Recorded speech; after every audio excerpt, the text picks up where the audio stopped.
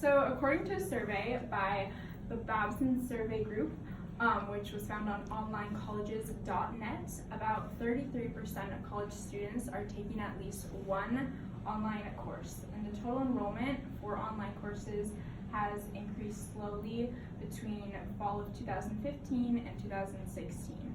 Based on some federal data that I found in my research, more than 4,700 colleges and universities. In that pool of colleges, there were more than 6.3 million students in the U.S. who took at least one online course in fall of 2016, which was a 5.6% increase from the previous year, and that was according to usnews.com. Despite the increasing prevalence of online classes, I strongly believe that online courses pose more cons than benefits relative to traditional in-person classes. So online courses, despite what people believe, have more downfalls to the success of students than an in-person course. The first of these is the lack of interactions that each student has with their professors and their peers as well. Lack of interaction with professors and classmates can be detrimental to the learning of a student. So studies have shown that students are heavily dependent on the feedback from teachers and discussion and social interaction with their classmates. According to fnu.edu, Mark Edmondson, who is an English professor at the University of Virginia, debated that online courses created a monologue rather than dialogue in the learning environment. Online courses usually require no face-to-face interaction with classmates or teachers, which again is just not going to be beneficial for their success as much as an in-person course. So traditional information on assignments is posted online and may be completed at the student's leisure without having to attend class meetings.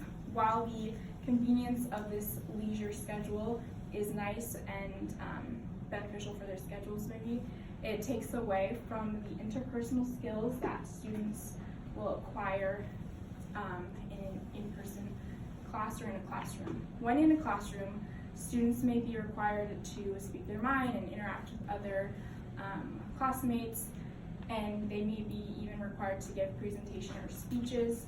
When you are in the online setting, you lack that interaction and don't get the skills and acquire those skills that you would in person.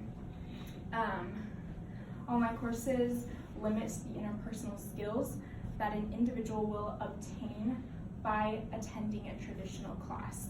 While they may, again, not be missing out on the actual course information, they will be missing out on the opportunity to gain basic life skills like interpersonal communication and people skills as well. Another issue with online courses that aren't associated with in-person classes is time management and self-discipline. Although online classes are, again, convenience in the sense that you can make your own time schedule for finishing assignments, they prove and often wreck time management skills. Hours of self-directed work is necessary to complete online courses, including video assignments and assigned textbook reading and so forth, and online discussions, of course. So taking online courses heavily depends on your own knowledge and discipline, since as stated before, you won't get as much help from your professors.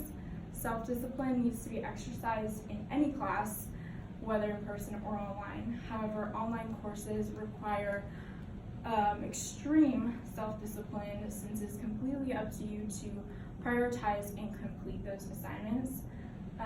Regular tests, assignments, and homework are a vital part of online education, and again, you don't have teachers telling you when those due dates are.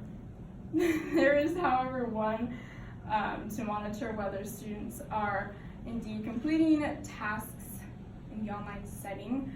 Unless a sense of self-discipline is strong, the temptation to use additional materials while doing Assignments can be overwhelming and sometimes defeat the purpose of the education. According to Rasmussen.edu, studies have shown that online classes also promote the tendency to procrastinate. In a traditional class, teachers are very prompt about reminding you about deadlines, but in an online class, you don't have that luxury of someone telling you when due dates and deadlines are. You are fully self-reliant and depend on yourself to exercise the discipline needed to complete those assignments without reminding.